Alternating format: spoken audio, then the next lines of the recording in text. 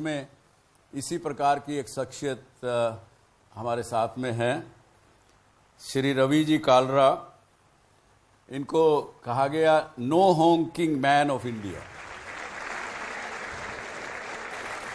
इन्होंने एक हफ्ते के अंदर अंदर 1 लाख कारों के ऊपर स्टिकर लगाए कि डोंट हॉन्क, नो हॉन्किंग।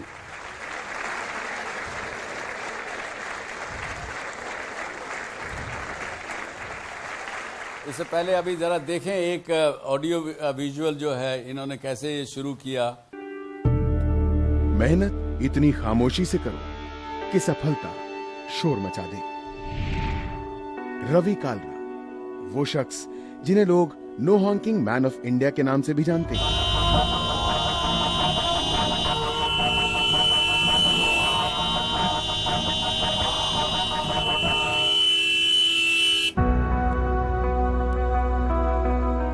आर्थिक तंगहाली में अपना बचपन गुजारने वाले रवि कालरा छोटी उम्र में ही मार्शल आर्ट इंस्ट्रक्टर बन गए और अपने खेल की बदौलत करीब 47 देशों की यात्रा तय की।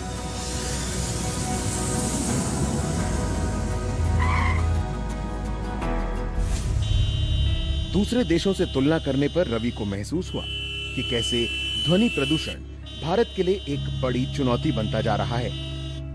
भगवान जी के आशीर्वाद से मेरे को अराउंड 47 कंट्रीज ट्रैवल करने का सौभाग्य प्राप्त हुआ। तो मैं जिस भी वेस्टर्न कंट्री में गया, मैंने वहाँ कभी हॉर्न बजते नहीं देखे। उल्टा वहाँ तो क्राइम की तरह इसको देखा जाता है, हॉर्न बजाने को। तो मैं बहुत परेशान रहता था कि हमारी कंट्री में इस हॉर्न को इतना मिसयूज़ क्यों किया जाता है। तो मैंने फिर प्रण ले लिया, इसमें लोगों को एजुकेट करने की कोशिश करता हूँ। तो सन 2008 से ये नेवर एंडिंग अभियान हमारा चल रहा है। रवि कालरा ने नॉइज पोल्यूशन को जड़ से मिटाने का बीड़ा उठाया और वो इसके खिलाफ अब एक मुहिम चला रहे हैं। इसलिए मैंने काफ़ी स्लोगन्स लिखे, गाड़ियों के पीछे बैक बम्पर्स पर स्टिकर्स लगाने शुरू किए।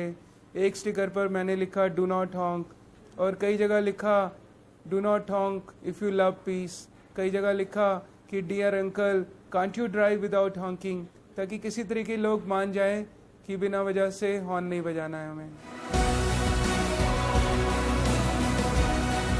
आप जानते हैं कि देश का विकास तब तक मुमकिन नहीं है जब तक देश के सामने चुनौती बनकर खड़ी मुश्किलों से लड़ा नहीं जाता।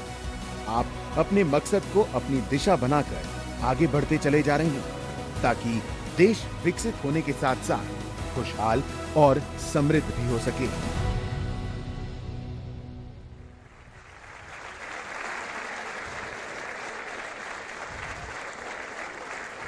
ये आपके मन में विचार कब से आया, कैसे आया कि you became no honking man of India? Actually sir, ये मुहिम मैंने सन 2008 में शुरू की और बिल्कुल निस्वार्थ भावना में। और मैं पास में काफ़ी कंट्रीज़ मैंने ट्रैवल किया। वैसे तो बहुत गरीब परिवार से थे, लेकिन लाइफ में बड़ी ईमानदारी और मेहनत से मैंने अपने सारे अचीव किया अपने टारगेट्स। और कोई अराउंड 47 कंट्रीज़ मैंने ट्रैवल किया। लेकिन किसी भी सभ्य कंट्री में जाता था तो मैंने कहीं भी वहाँ हॉर्न बजते नहीं देखे। तो मैं बड़ा परेशान रहता था कि हमारे देश के अंदर जो अननेसेसरी व्हीकल हॉकिंग है। हाँ जी, यू आर मिसिंग समथिंग। जो आदमी को नॉइज में रहने की आदत पड़ जाए और उसको अचानक आप शांति का वातावरण दे दो, हाँ जी, तो वो कहेगा अरे हुआ क्या, समथिंग इज मिसिंग। जी सर, बिल्कुल मैंने ऐसे रियलाइज किया कि हमारे देश में जो हॉकिंग की डेफिनेशन है वो बिल्कुल खराब हो चुकी है। वो इतनी खराब हो चुकी है कि हम एम्बुलेंस को भी जगह नहीं देते। और फॉरेन के अंदर ऐसे है कि अगर आपने गाड़ी का हॉर्न बजाया तो आपके आगे जाने वाली 5 गाड़ियां आपको साइड दे देंगी। उनको लगता है कि आपकी गाड़ी में मरीज है, इसलिए आपने हॉर्न बजाया और आपको हक चाहिए आगे निकलने के लिए। तो मुझे लगा कुछ करना चाहिए। पर आप उसको क्या कहेंगे जब मैं अपना घर में बर्थडे मना रहा हूँ, पार्टी कर रहा हूँ, 100-200 दोस्तों को बुलाए हुए, बड़े जोर से ऑर्केस्ट्रा बज रहा है, पूरे मोहल्ले में आवाज जा रही है, उसको क्या कहेंगे? सर, कायदे से तो सुप्रीम कोर्ट ने उसके भी नॉर्म्स बनाए हैं कि एक स्पेशल टाइम जोन बनाया हुआ है, उसके अंदर ही आप ऐसे नॉइज फैला सकते हैं, जैसे कि मंदिर मस्जिद गुरुद्वारों में या फिर पार्टीज के अंदर। कोई मानता तो नहीं ना उनको। ये मानना चाहिए, तभी देश का बुरा हाल हो रहा है इस समय कि हम सब मानते ही नहीं है तो कानून को। अल्टीमेटली आप जो घर बैठे देख रहे हैं इस डीएससी शो को, आपको मैं बताना चाहूंगा कि ये हम और आप हैं जो वातावरण के अंदर पोल्यूशन फैलाते हैं, ना कि इस देश में कानून हैं, इस देश की सब व्यवस्था है। और आपके मेरे मन में भी आएगा जब हमको कुछ अच्छा कान में आवाज़ जब प्रेशर से आती है, वो हमें भी बुरा लगता है, तो क्यों हम फिर बार बार करते हैं। इसलिए हमारे देश के प्रधानमंत्री ने क्या कहा, हर भाषण में वो कहते हैं कि जब तक इस देश के 125 करोड़ लोग अपने आप का लक्ष्य तय नहीं करेंगे किसी न किसी चीज़ का, तब तक देश सरकार के भरोसे सुधर नहीं सकता।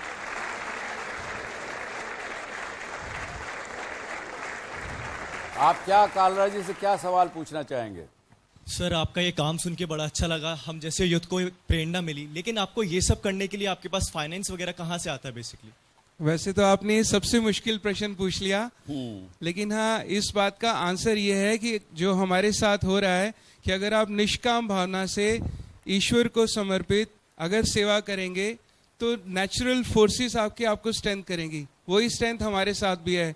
हमारे पास हमारी संस्था जो है वो सरकार से मान्यता प्राप्त है, लेकिन आपको जान के दुख लगेगा, अनफॉर्चुनेटली आज तक कभी कोई गवर्नमेंट पैसे नहीं मिले, और उसके बावजूद भी इतना खर्चा है, हर रोज का खर्चा लाखों में है।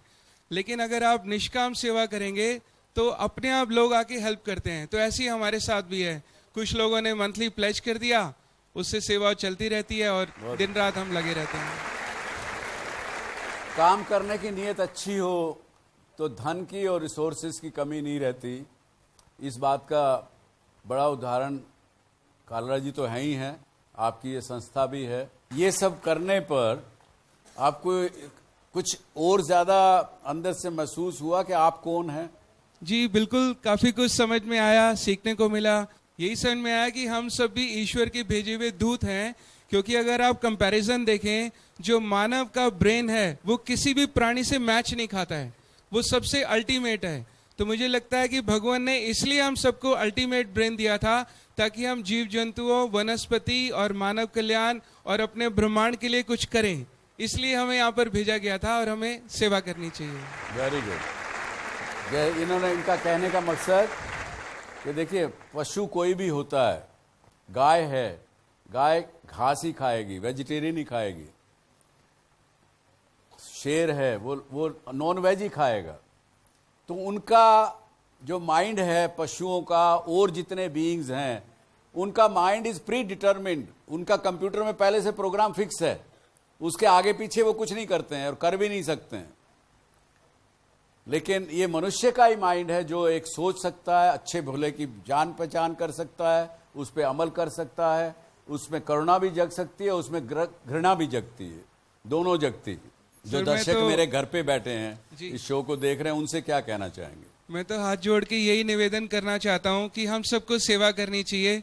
इससे आपकी बहुत पॉजिटिव एनर्जी होएगी, आपके दुख दर्द दूर हो जाएंगे, आपको नींद भी बहुत अच्छी आएगी, आपके दुश्मन भी आपसे दूर बन जाएंगे, और जो भी आपके काम नहीं बनते हैं वो भी बनने लग जाएंगे। आपकी भगवान जी से कनेक्टिविटी भी हो जाएगी, और सेवा का रास्ता ही आपको मोक्ष की तरफ लेके जाता है। बहुत अच्छे, बहुत। कालरा साहब, बहुत बहुत धन्यवाद मेरे शो पर आने के लिए। Thank you very much.